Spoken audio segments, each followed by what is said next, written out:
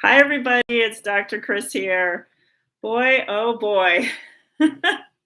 These last couple of weeks, I have had so much technical difficulty. So I am what? I'm almost half an hour late. So this is another reason you should subscribe so that you actually know when I go live. All right. I'm going to be talking about the Neuro-Auricular Technique tonight. And it's an interesting name that they chose to use. And really, it's just based on the probe that they normally use to do acupuncture on the ear. So it typically looks like a glass pen or stainless steel um, piece with a little ball on it so that they can touch little points on the ears. But with this technique, you're not even actually doing any points on the ears. So it's really based more on the equipment. We're going to be working on the back of the neck and the head. And there's a reason for this. So the purpose of the Neuro-Auricular Technique is to jumpstart and reconnect all of the systems of the brain and the upper spine. So there's a couple of things that go on there. And one of the key areas that we're working on is something called the Locus Cyrillius. Now, locus means location, and Cyrillius means sky blue. So the reason is there's an area in the brain stem in the medulla, and it sits right between the medulla and the cerebellum, this area, this location of the sky blue area. And it's called that because it looks like it's blue when you're looking at the brain, which we can't see it because it's inside our skull. But it's right when you put your hand on the back of your head and you slide down, and I'll show you in a minute, my lovely assistant. It's that little depression there right at the back of the skull, right underneath where you can sink your finger in. That is the area that's really key to this technique.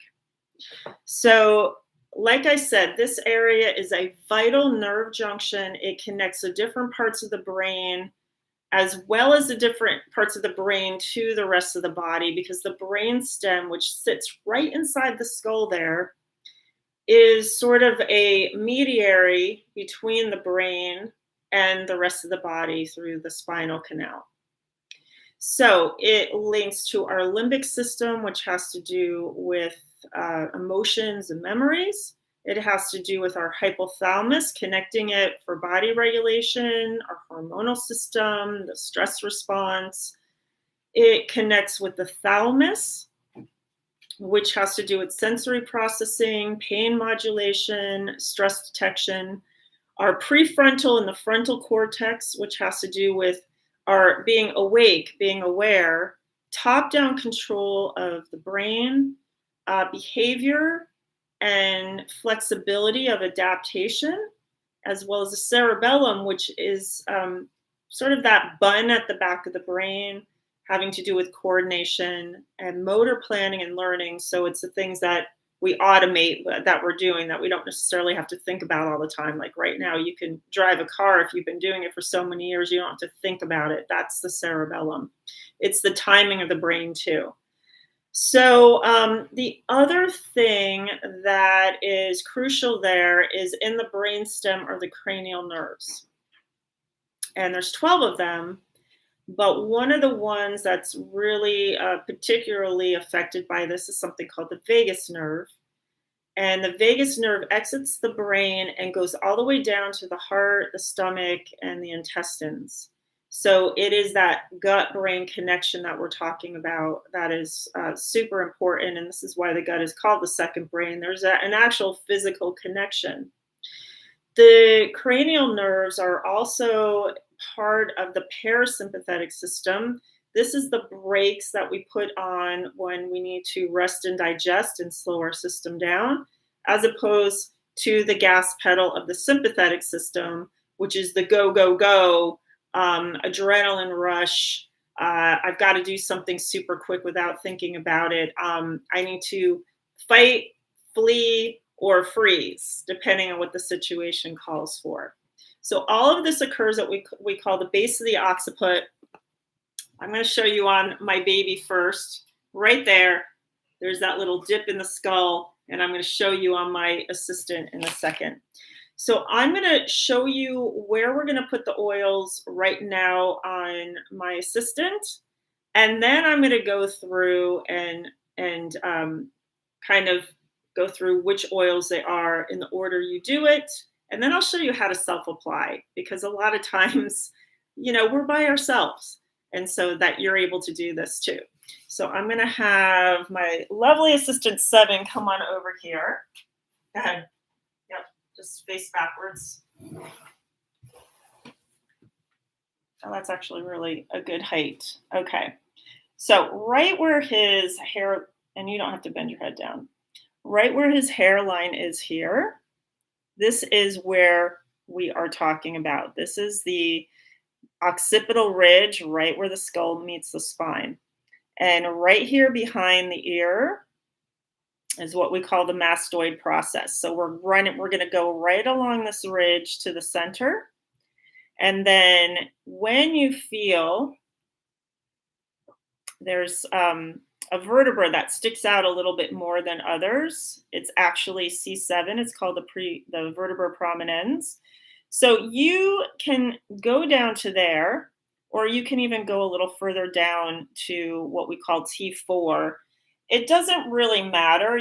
When you're going to do this on other people, it's easy to reach T4. When you're doing it on yourself, you might only be able to reach down as far as this. But really up here is the key. So what I'm going to do is I'm going to show you, I'm going to start him with frankincense, and we do the same thing for the other oils. So what you can do is you can put these in little roller balls. I think this is way easier to apply than dipping the oil in my hand and then dipping a probe in there. So I create these, and you can use them for each person and then give them to them if you're doing it on somebody. So we're going to start right behind the ear at the mastoid process, and we're going to do 3 rolls clockwise, move over, and we're going to end here right at the center, and I like to give a few extra rubs. We're going to do that 3 times, and I put a little bit of pressure. It's not a lot, but why not? So that's 3 times. We went from right to left from the mastoid process, which is right here behind the ear. Now I'm going to go from the left side. So 3 circles. And this is all with the frankincense. And so there we go with that. So we went right side, left side 3 times. And then we're going to start, I'm just going to show here from C7 because we can't even see down that low. And I'm just going to take my roller ball and I'm going to go all the way up. So I'm going to do that 3 times. And I'm just moving about, I don't know, it's like ½ an inch or so up. So that was 3 times on that side. And you can even see a little bit of redness where I was. I'm putting a little bit of pressure. And then I come so the spine is right here. I'm going to the right and the left of it. I'm not actually on the spine. So 3 times. And what I did was I put like 5 drops of frankincense and the rest coconut, fractionated coconut oil. So that's it. 3, 3, 3, 3, 3, 3, 3, 3, 3, 3, 3, 3.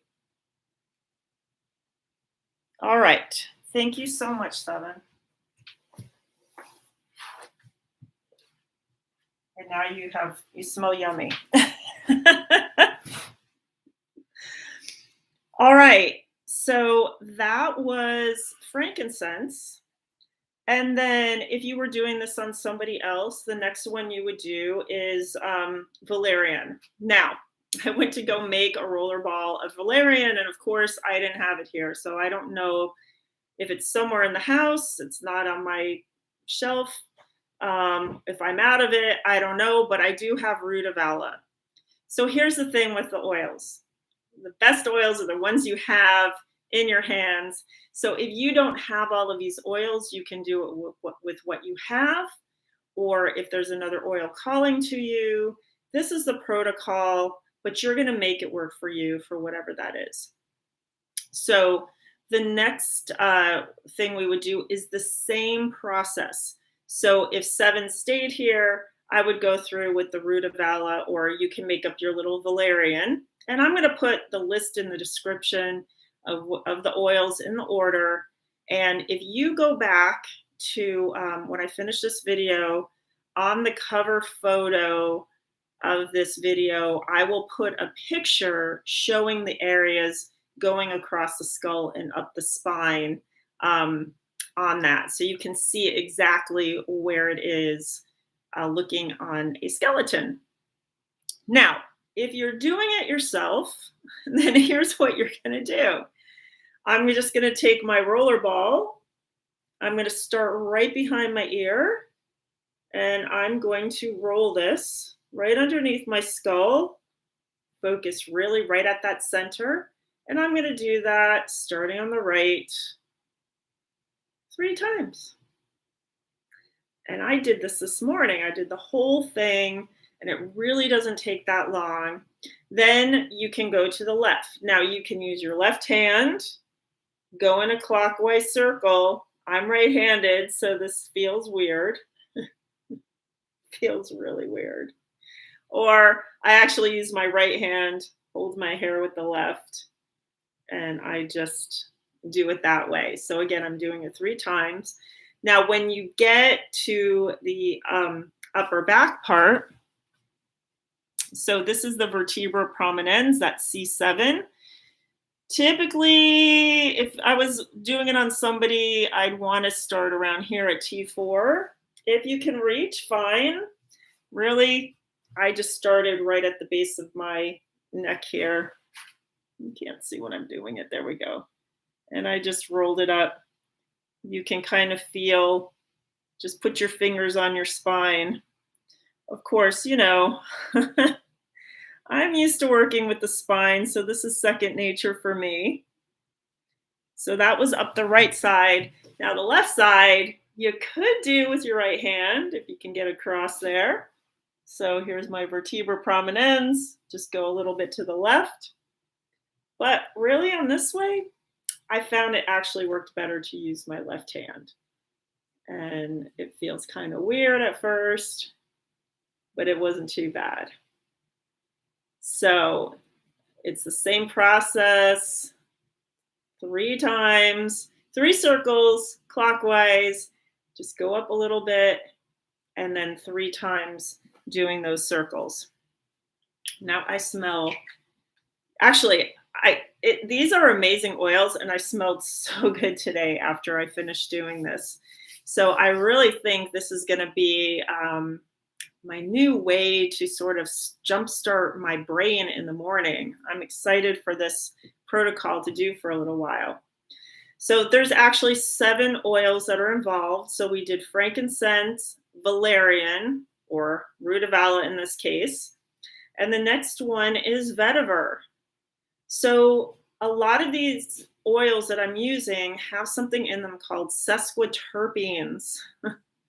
You can look that up, or maybe next week I'll do a video on sesquiterpenes, because I'm trying to go through the chemical constituents of all of these oils so that you know why they have these therapeutic values. Now, I'm talking about young living oils. I don't know about others, because these are pure essential oils that are not synthetic or diluted with anything, unless if it comes in a blend, maybe it is, but the single oils are never diluted, all right? Yes, I diluted it, but these are never diluted. When you get vetiver, it is just vetiver in this bottle, and it's super thick. So where am I going with this? Vetiver is very grounding. A lot of these oils with the sesquiterpenes are working on the higher aspects of the chakras, working on the brain, working on grounding the body as well, so that the connection of the mind body. And that's why they have such a large effect on the nervous system and the brain. So that's just a little preview to sesquiterpenes. If you want, go look it up because it's incredible. All right, vetiver. So again, I've got in my little roller ball. That would be the next one. And after that is Roman chamomile. Such a great oil. This is an oil that they used for the gladiators before they went in for, into the Colosseums to fight. What were they fighting? Whatever they did for their fighting. So they like bathed in this stuff to give them that fortitude to do whatever they did. So it's calming to the system, but it's definitely gives fortitude. The one after that is Cedar Wood. And this one really does help to ground. It's one of my favorite oils for nighttime. And after that, we've got Sacred Sandalwood. So Young Living has two different sandalwoods. There's the Royal Hawaiian Sandalwood and then the Sacred Sandalwood. I like to use this more when we're talking about brain function and the higher chakras. You could use the Royal Hawaiian Sandalwood if that's what you've got. I tend to use that more topically, but they're both great oils. I love the smell. Oh my God. It's just so amazing. Last but not least, we have Melissa. Now, this is an oil that really does affect the nervous system on a great level, especially for things like mood, for if somebody is really having a hard time, let's put it this way, it's in the oil blend called Hope. All right. So if somebody has despair or they're having issues with their mood, this is such a great oil to use. So it's good for so many things, but this is definitely how it is going to be affecting our emotional center in our limbic system and that connection with the rest of the body. So that is the last oil. So you would use these oils all the same way. If you have questions, just reach out to me. I'm going to put all my contact info in there. If you are watching this for some reason and are not yet a Young Living member, again, reach out to me. Let me help you get these amazing therapeutic oils in your hands. You will not be sorry. Let me tell you, nothing else out there. So go look up the Locus Cyrillius. Look at where it is. Look up a little bit more about what it does. It is really a crucial area in our brain that it is really essential for our energy flow and for our vitality of our life. And if for some reason we get disconnected from that Locus Cyrillius, really we can't function. It really is that mind body connector. All right, everybody, have a great week. We are in the equinox, so enjoy that. Look for my my zodiac oil videos. I did that last year, ending this year. So I believe it is, oh gosh, I should have looked it up, but I think it's is it Virgo or Libra? I think it might be Libra. But go check it out, whichever one it is, and have a great week. Give me a thumbs up if you found this useful, and let me know when you do this technique. I want to know what you are experiencing if you are feeling the effects of jump starting your brain and that connectivity of the mind body. All right, see you next time.